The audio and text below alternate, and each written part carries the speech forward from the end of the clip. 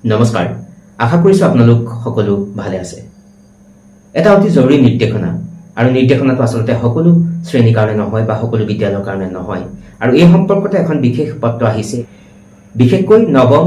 দশম একাদশ আৰু দ্বাদশ শ্ৰেণীত অধ্যয়নৰত ছাত্ৰ-ছাত্ৰীসকলে তেওঁলোকৰ যি এটেন্ডেন্স ৰেজিষ্টাৰ বিদ্যালয়ে মেইনটেইন কৰে সেই এটেন্ডেন্স ৰেজিষ্টাৰৰ ৰিপৰ্ট সাবমিট কৰিব লাগিব প্ৰতিখন বিদ্যালয়ৰ প্ৰিন্সিপাল হেডমাষ্টাৰ বা হেডমিষ্ট্ৰেছ লগতে কলেজ পৰ্যায়ৰ শিক্ষানুষ্ঠানবিলাকলৈ এই পত্ৰখন প্ৰেৰণ কৰা হৈছে আৰু কোৱা হৈছে যে এটা বিশেষ ফৰ্মেট ডেভেলপ কৰি দিয়া হৈছে এই নিৰ্দিষ্ট ফৰ্মেটত বিদ্যালয়ে এই তথ্য বিভাগলৈ প্ৰেৰণ কৰিব লাগিব আৰু এই ফৰ্মেটটোত এইকেইটা কথাই আছে যে ছাত্ৰ-ছাত্ৰীসকলৰ নাম বিদ্যালয়ৰ নাম ইউডাইছ কোড অভিভাৱকৰ নাম অভিভাৱকসকলৰ এপিক বা তেনেকুৱা যিকোনো ধৰণৰ এটা আইডি লগতে তেওঁলোকৰ যি ফোন নম্বৰ সেই ফোন নম্বৰ এই নিৰ্দিষ্ট ফাইলখনত পুৰ কৰি বিভাগলৈ প্ৰেৰণ কৰিব লাগিব মাধ্যমিক আৰু উচ্চতৰ মাধ্যমিক পৰ্যায়ৰ বিদ্যালয়ৰ লগতে সকলো মেনেজমেণ্টৰ কলেজবিলাকে এই নিৰ্দিষ্ট ফৰ্মেটত বিভাগলৈ এই তথ্য প্ৰদান কৰিব লাগিব গতিকে এইটো আসলে কথা আসলতে সকলো বিদ্যালয়ৰ কাৰণে প্ৰযোজ্য নহব নিম্ন প্ৰাথমিক উচ্চ প্ৰাথমিকৰ বাদে বাকি বিদ্যালয়বিলাকত অধ্যয়নৰত